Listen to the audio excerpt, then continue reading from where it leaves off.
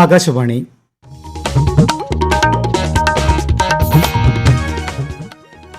നമസ്കാരം. പ്രാദേശിക വാർത്തകൾ വായിക്കുന്നത് അനിൽകുമാർ.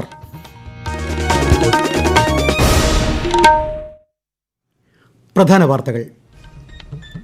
രാഷ്ട്രം അത്യുത്സാഹപൂർവ്വം സ്വാതന്ത്ര്യദിനം ആഘോഷിക്കുന്നു. രാഷ്ട്രനിർമ്മാണത്തിൽ കർഷകരുടെയും സൈനികരുടെയും പങ്കാളിത്തം എടുത്തുപറഞ്ഞ സ്വാതന്ത്ര്യദിന സന്ദേശത്തിൽ പ്രധാനമന്ത്രി നരേന്ദ്രമോദി. രാജ്യത്ത് മതേതര സിവിൽ കോഡ് അനിവാര്യമെന്ന് പ്രധാനമന്ത്രി. ഒരു രാഷ്ട്രം ഒരു തിരഞ്ഞെടുപ്പിനായി രാഷ്ട്രീയ പാർട്ടികൾ മുന്നോട്ട് വരണം. ബംഗ്ലാദേശിലെ സ്ഥിതിഗതികളിൽ ആശങ്കയെന്നും ശ്രീ നരേന്ദ്രമോദി. കാലാവസ്ഥാ മുന്നറിയിപ്പുകൾ കാര്യക്ഷമമാക്കണമെന്ന് സ്വാതന്ത്ര്യദിന സന്ദേശത്തിൽ മുഖ്യമന്ത്രി പിണറായി വിജയൻ. കൃത്യമായ പ്രവചനമുണ്ടെങ്കിലേ പ്രകൃതി ദുരന്തങ്ങളെ പ്രതിരോധിക്കാനാകൂവെന്നും മുഖ്യമന്ത്രി. സംസ്ഥാനത്ത് എല്ലാ ജില്ലകളിലും മന്ത്രിമാരുടെ നേതൃത്വത്തിൽ വിപുലമായ സ്വാതന്ത്ര്യദിനാഘോഷ പരിപാടികൾ. ഉരുൾപൊട്ടലിന്റെ പശ്ചാത്തലത്തിൽ വയനാട്ടിൽ ആഘോഷ പരിപാടികളും പരേഡും ഒഴിവാക്കി. ഞായറാഴ്ച വരെ സംസ്ഥാനത്ത് ഒറ്റപ്പെട്ട ഇടങ്ങളിൽ ഇടിമിന്നലോടുകൂടിയ മഴയ്ക്ക് സാധ്യതയെന്ന് കേന്ദ്ര കാലാവസ്ഥാ വകുപ്പ്. വയനാട്, കോഴിക്കോട് ജില്ലകളിൽ ഇന്ന് ഓറഞ്ച് ജാഗ്രത. വാർത്തകൾ വിശദമായി. രാഷ്ട്രം 78ാമത് സ്വാതന്ത്ര്യദിനം ആഘോഷിക്കുന്നു. ന്യൂഡൽഹിയിലെ ചുവപ്പുകോട്ടയിൽ പ്രധാനമന്ത്രി നരേന്ദ്രമോദി ദേശീയ പതാക ഉയർത്തി.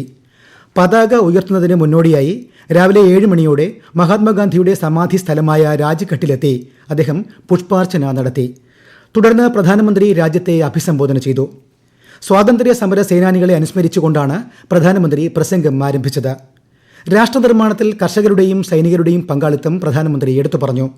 പ്രകൃതി ദുരന്തങ്ങളിൽ ജീവൻ പൊലിഞ്ഞവരെ വേദനയോടെ സ്മരിക്കുന്നുവെന്നും രാജ്യം അവർക്കൊപ്പം നിൽക്കുമെന്നും ശ്രീ മോദി പറഞ്ഞു.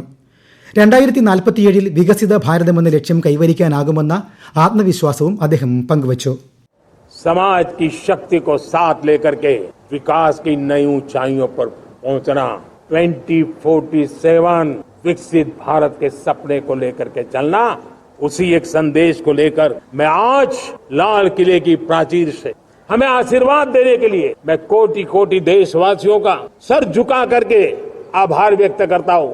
140 കോടി ജനങ്ങൾ ദൃഢനിശ്ചയം ചെയ്ത് ഒറ്റക്കെട്ടായി നീങ്ങിയാൽ എല്ലാ പ്രതിബന്ധങ്ങളെയും അതിജീവിച്ച് 2047 രാഷ്ട്രം വികസിത ഭാരതമായി മാറുമെന്ന് പ്രധാനമന്ത്രി പറഞ്ഞു. വികസിത ഭാരതം 2047 എന്ന പ്രമേയം അടിസ്ഥാനമാക്കിയാണ് ഈ വർഷത്തെ ആഘോഷം. കർഷകർ, സ്ത്രീകൾ, ഗോത്ര വിഭാഗത്തിൽ നിന്നുള്ളവരടക്കം 6000 പേരാണ് ഇത്തവണ ചടങ്ങുകളിൽ വിശിഷ്ടാതിഥികളായി പങ്കെടുത്തത്.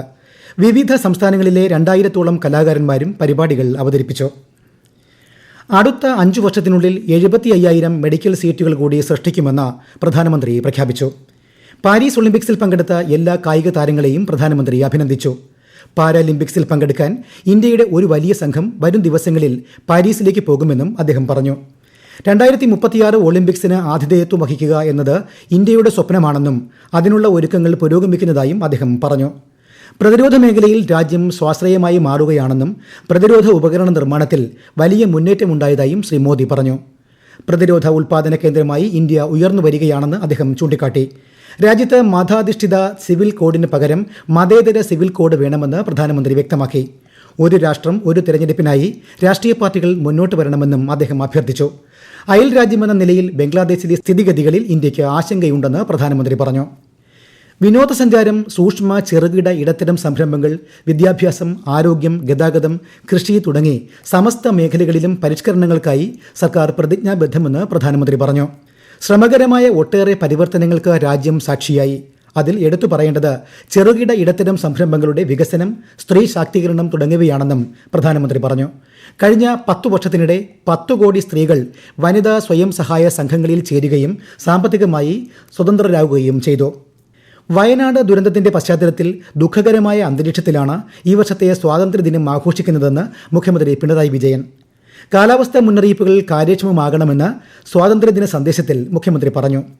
പൊതുവായ മുന്നറിയിപ്പുകൾ അല്ല, കൃത്യമായ പ്രവചനങ്ങളാണ് വേണ്ടത്. എന്നാൽ മാത്രമേ പ്രകൃതി ദുരന്തങ്ങളെ പ്രതിരോധിക്കാനാകൂവെന്നും മുഖ്യമന്ത്രി വ്യക്തമാക്കി. കൂടുതൽ വിവരങ്ങളുമായി ആകാശവാണി തിരുവനന്തപുരം ജില്ലാ പ്രതിനിധി രജു കോലിയക്കോട്.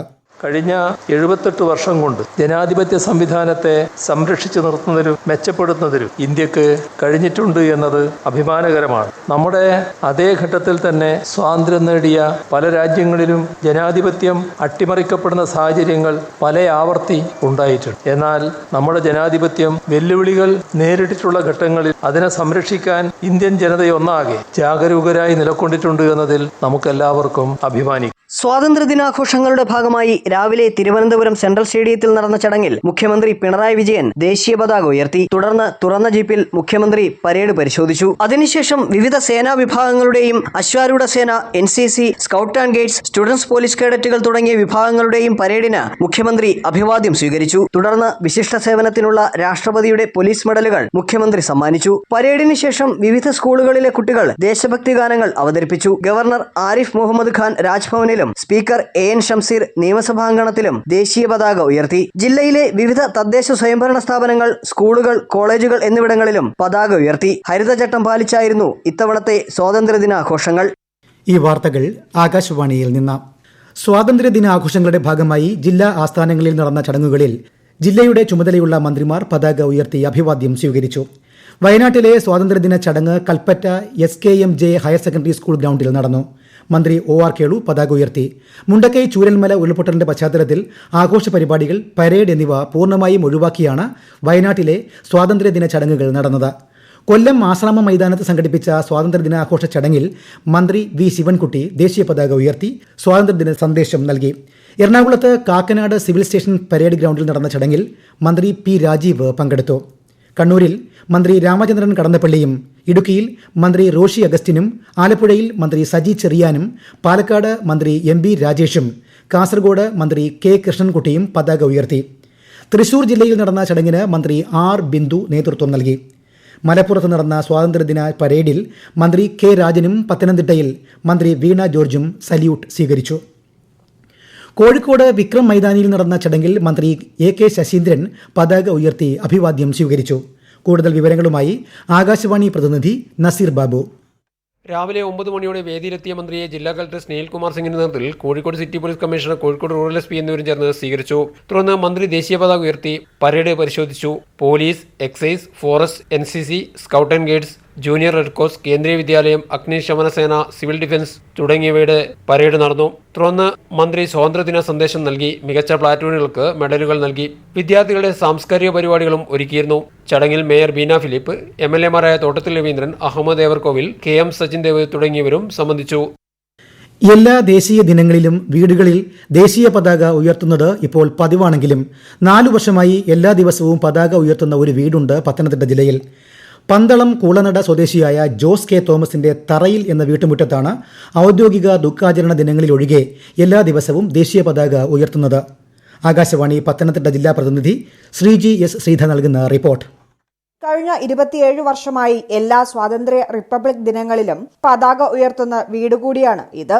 95 വയസ്സുള്ള റിട്ടയർഡ് പോലീസ് ഓഫീസർ തോമസ് കുഞ്ഞുകുഞ്ഞും മകനായ ജോസ് K തോമസും കുടുംബാംഗങ്ങളും ദേശാഭിമാനത്തോടും ആദരവോടും ആവേശത്തോടും കൂടിയാണ് ദിനവും ഈ ചടങ്ങ് നിർവഹിക്കുന്നത്. റേഡിയോ ഉറങ്ങാത്ത വീട് കൂടിയാണ് തറയിൽ വീട്. ആകാശവാണിയിലൂടെ ദേശീയഗാനം കേട്ടാലും ഓരോ കുടുംബാംഗവും എഴുന്നേറ്റ് നിന്ന് ദേശീയഗാനത്തെ ബഹുമാനിക്കുന്നത് ആദ്യം മറ്റുള്ളവർക്ക് കൗതുകമായിരുന്നുവെങ്കിലും പിന്നീട് മറ്റുള്ളവരും അനുകരിച്ചു തുടങ്ങിയത് തങ്ങളെ സംബന്ധിച്ച് വലിയ സന്തോഷം നൽകുന്ന ഓർമ്മയാണെന്നും കുടുംബത്തിലെ ഇളം തലമുറക്കാർ പറയുന്നു. കേരളത്തിൽ ഞായറാഴ്ച വരെ ഒറ്റപ്പെട്ട ഇടങ്ങളിൽ ഇടിമിന്നലോടുകൂടിയ മഴയ്ക്ക് സാധ്യതയെന്ന് കേന്ദ്ര കാലാവസ്ഥാ വകുപ്പ്. ഇന്ന് വയനാട്, കോഴിക്കോട് ജില്ലകളിൽ ഓറഞ്ച് ജാഗ്രതയാണ്. എറണാകുളം മുതൽ മലപ്പുറം വരെയുള്ള 5 ജില്ലകളിൽ മഞ്ഞ ജാഗ്രതയും പ്രഖ്യാപിച്ചു. കേരളം, കർണാടക, ലക്ഷദ്വീപ് തീരങ്ങളിൽ മത്സ്യബന്ധനത്തിന് വിലക്ക് ഏർപ്പെടുത്തി. പ്രധാന വാർത്തകൾ വീണ്ടും. രാഷ്ട്രം അത്യുത്സാഹപൂർവ്വം സ്വാതന്ത്ര്യദിനം ആഘോഷിക്കുന്നു. രാഷ്ട്രനിർമ്മാണത്തിൽ കർഷകരുടെയും സൈനികരുടെയും പങ്കാളിത്തം എടുത്തുപറഞ്ഞ സ്വാതന്ത്ര്യദിന സന്ദേശത്തിൽ പ്രധാനമന്ത്രി നരേന്ദ്രമോദി. രാജ്യത്ത് മതേതര സിവിൽ കോഡ് അനിവാര്യമെന്ന് പ്രധാനമന്ത്രി. ഒരു രാഷ്ട്രം ഒരു തിരഞ്ഞെടുപ്പിനായി രാഷ്ട്രീയ പാർട്ടികൾ മുന്നോട്ട് വരണം.